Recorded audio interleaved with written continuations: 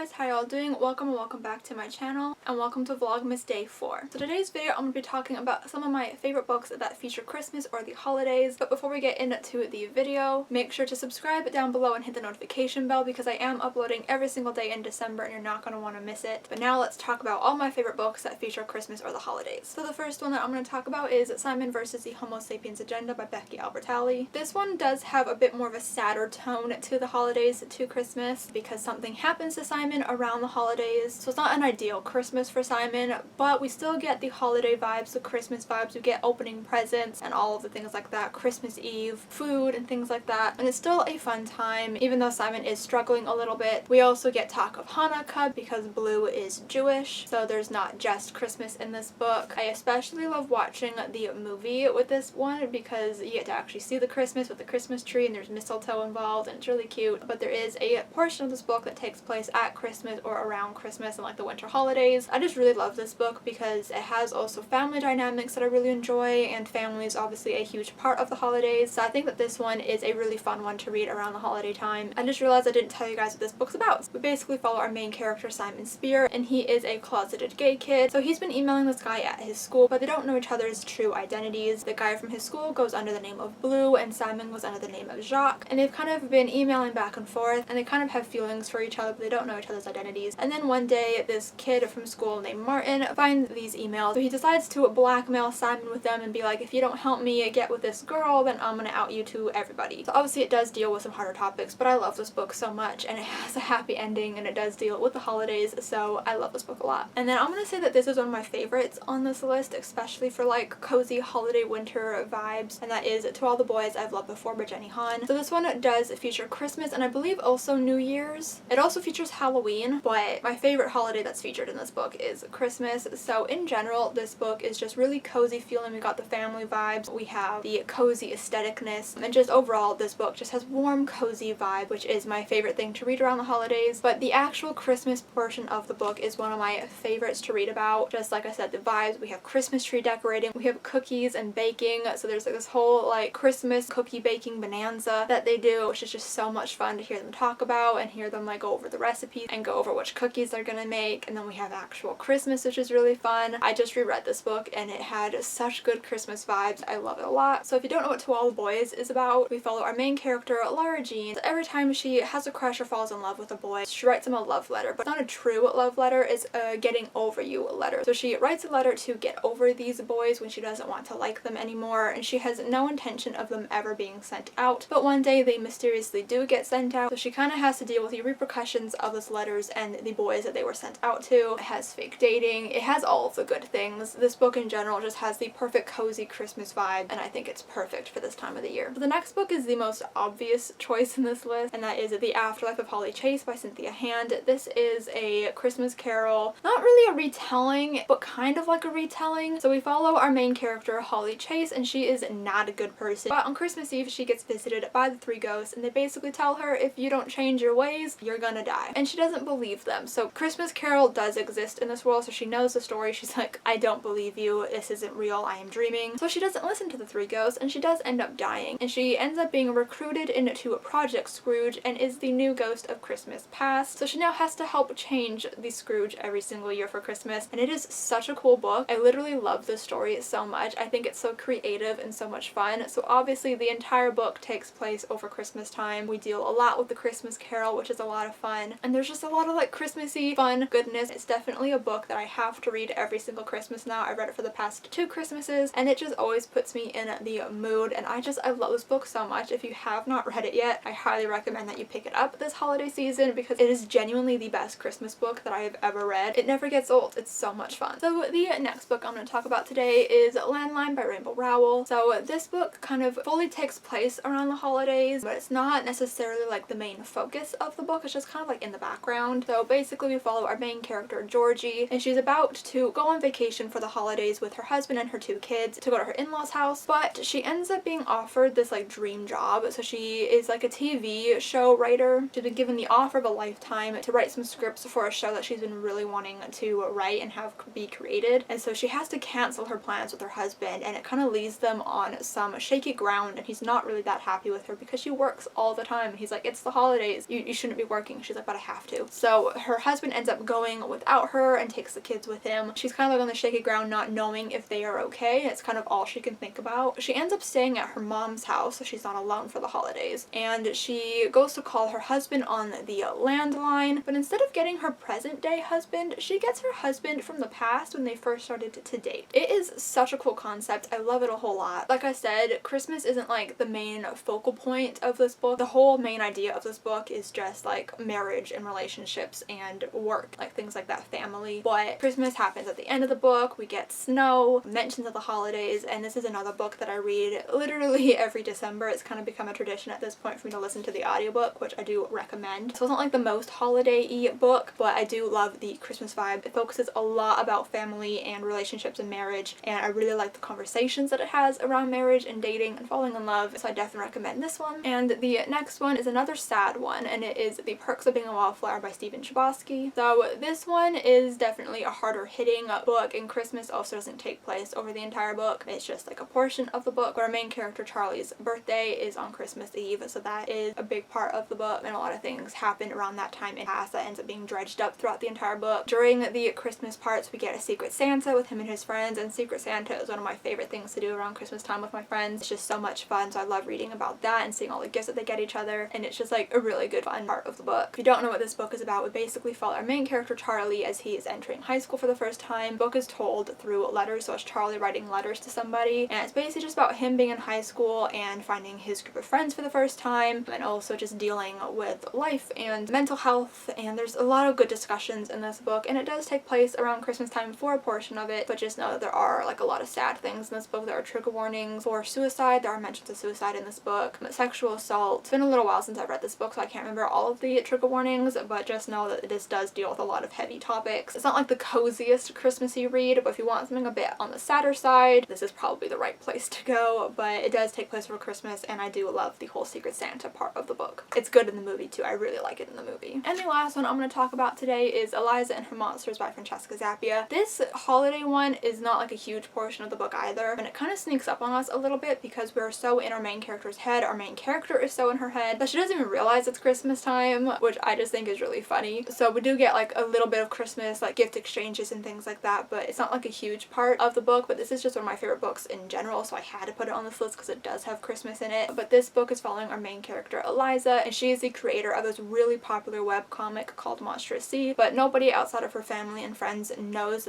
that she is the creator of it. She wants to keep it to herself. But then one day this new kid is at school named Wallace. They end up forming a friendship after she finds out that he actually writes Monstrous Sea fan fiction, and he's also trying to adapt the webcomic into a novel, and she ends up just becoming so like encaptured by his work that they end up forming a friendship, and it's really cute. But he has no idea that she is the creator of Monstrous Sea, and she's kind of planning on keeping it that way, and it's just such a good book. Definitely one of my favorites. It has anxiety reps, that makes it one of my favorites, and it's just so good. So if you want something that's a bit more low-key on like the Christmas aspect, this is a good one to go with because it's definitely not a huge portion of the book, but it's definitely there. It also deals with Halloween if you want like a Halloween read. I don't know why you want to read about Halloween in December, but it also has Halloween in it. I love this book so much, and so I definitely recommend it if you want something to read at this holiday season that isn't fully focused on Christmas, but it definitely makes an appearance. So those are all of the books I'm going to talk about today that I love that feature Christmas or the holidays. I hope you enjoyed this video. If you did, give it a huge thumbs up. Comment down below a Christmas tree emoji to match my headband if you've watched till the very end of the video. And maybe also comment down below some of your favorite books that take place around the holidays, because I'm always looking for some new books that feature Christmas since it is my favorite holiday. Subscribe if you have not yet already, because like I said, I'm uploading every single day this month and you're not going to want to miss it, so stick around for more, and I'll see you guys tomorrow.